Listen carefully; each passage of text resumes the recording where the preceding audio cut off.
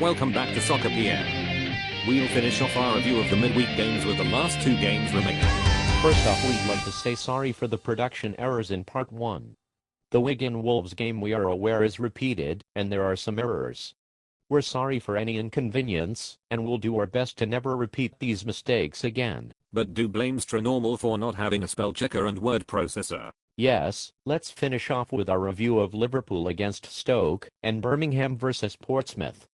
Goals from Torres, Johnson, Coed and Ngog sealed the 3 points for Rafa Benitez's men. Liverpool needed a immediate reaction following their disappointing loss to Tottenham, and they achieved that with a huge 4-0 win over Stoke.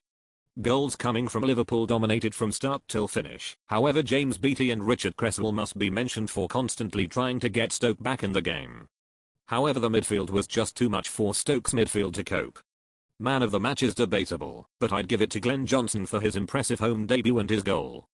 This is the form that Liverpool need to keep going to get off to the start they need. A solid win from Liverpool, which was expected by everyone before kick-off. I think Stoke may avoid relegation after seeing Beattie and Cresswell tonight. But what was key for Liverpool here was Fernando Torres. The sooner he scored, the greater the relief of everyone. They need him to keep scoring goals for them this season to get the title. But they can't repeat mistakes like they did at Spurs, or else their chances will fade. Now on to the final game of the episode between Birmingham and Portsmouth.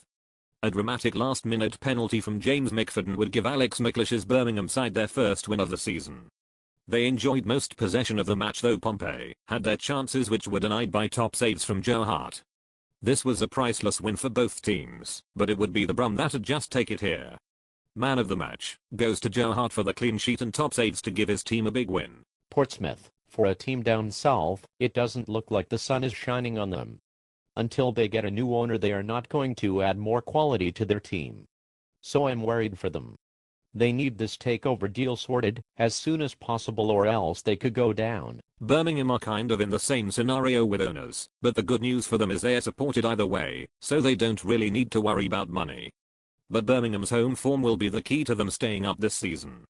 The more wins they can get at home, the better. But like we say at Soccer PM, time will tell. That is it for Soccer PM. We'll be back for week 2 of weekend games. Take care and see you all later.